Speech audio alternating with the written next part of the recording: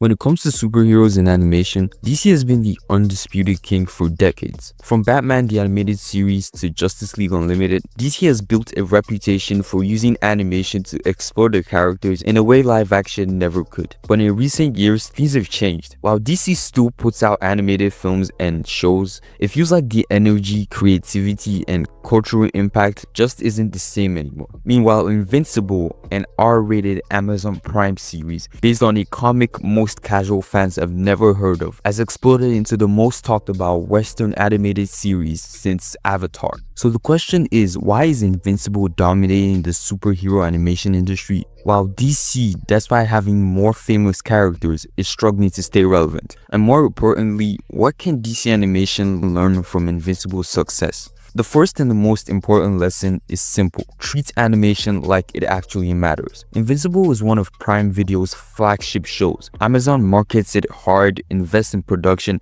and treats it with the same way they treat something like The Boys. DC, on the other hand, often treats animation like an afterthought. Their animated films are released straight to digital or Blu-ray with little to no marketing. Most casual fans don't even know when a new animated movie drops. Think about it, how many people outside hardcore fans knew about when Justice League World released? I mean, not that they should. I do not recommend that movie, except you're having a hard time sleeping. Compare that to Invincible, which had teaser campaigns and memes flooding social media. Invincible feels like an event. DC animated movies feel like side projects. If DC actually treated animation like a core part of their brand and not just filler in between live action, their animated projects would thrive again. Another thing is to focus on fewer characters in one project. One thing Invincible does brilliantly is focus. The story is mainly about Mark Grayson, Omni-Man, and their immediate circle. Sure, other heroes exist, but the narrative never loses sight of its core characters. This gives the audience time to form emotional connections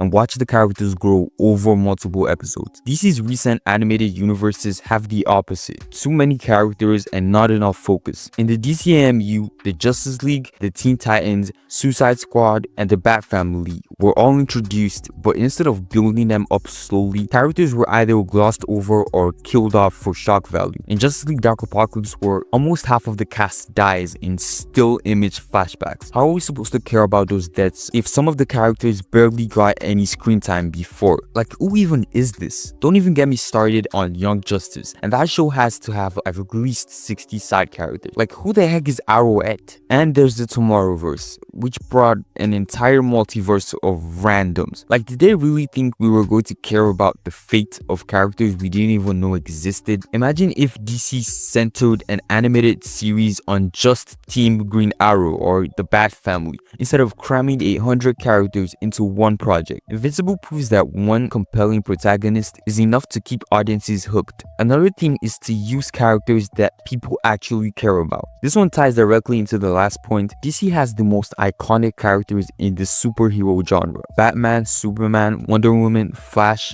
Nightwing, Green Lantern. These are household names, and yet for some reason DC keeps greenlighting projects that don't lean into this strength. Like, who asked for a Harley Quinn spin-off when we don't even have a Nightwing or Blue Beetle project? And even if you want to showcase lesser known characters, at least showcase characters that are fan favorites, not this. Invincible, on the other hand, took a relatively unknown property and made us care by building a strong protagonist and surrounding him with interesting, well-developed side characters. DC doesn't even need all that. Audiences already care. All DC has to do is stop sidelining their biggest characters and give them the spotlight in a way that feels fresh. The next point is to not just adapt, but make it better. One of DC's strengths has always been its adaptations, but over time, the adaptations became weaker, and some were watered down, rushed, or altered in a way that stripped them of what made the original stories powerful. Invincible takes the opposite approach. Yes, it adapts Robert Kirkman's comic, but it updates and expands it. Characters like Amber are fleshed out more, and the storytelling feels tailored for TV rather than just being a one-to-one panel adaptation.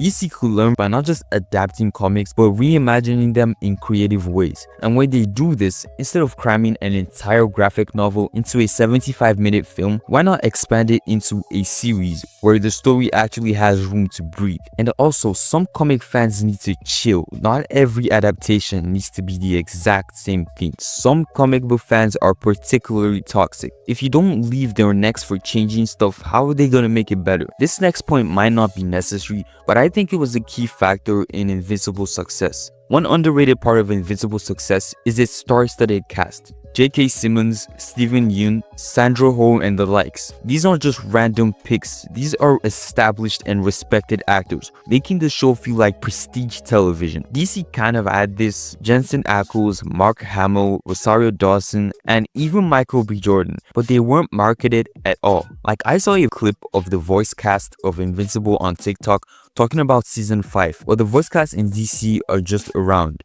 Another thing they need to do is to build anticipation. This also kind of ties into that point, but yeah, DC can learn from how Invincible handles hype. Every season, Invincible builds anticipation with trailers, teasers, social media campaigns, and meme and pop culture moments. The show feels like a cultural event. Meanwhile, DC animated movies just drop. Maybe a trailer a month before, a quiet digital release, and that's it. There's no hype, no buzz. That lack of anticipation is why sales and cultural impact have dropped. If DC marketed their animated projects half as much as they marketed the Batman or Superman, treating them as major releases, fans will rally around them again. Like, make 2D animation relevant again. 3D animated projects are casually making $1 billion at the box office. Meanwhile, 2D animation, despite having more mature projects, is regarded to as for kids. Speaking of mature projects, Invincible doesn't shy away from brutality or violence. The Omni-Man twist defined the series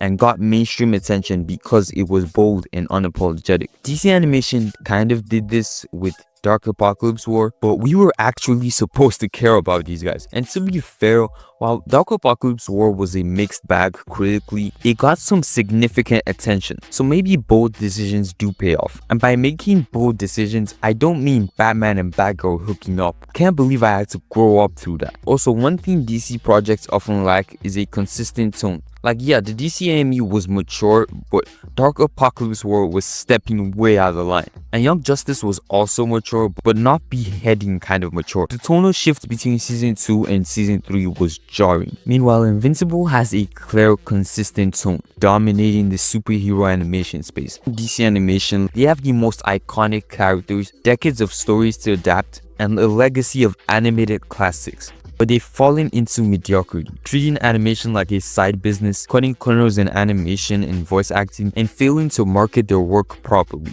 Meanwhile, Invincible took a smaller property and through consistency and bold storytelling became the gold standard for modern superhero animation. If DC wants to reclaim its throne, the blueprint is right there. Treat animation with the same respect as live action and create projects that actually feel like events. Because as Invincible has shown, when animation is done right, it's not just cartoons, it's some of the best storytelling the superhero genre has to offer. What else do you think DC could learn from Invincible or any other franchise? And do you think we'll ever see DC Studios take animation projects seriously again? Let me know in the comments, and don't forget to subscribe if you want more videos like this. Yeah, bye, and I'll see you in the next one.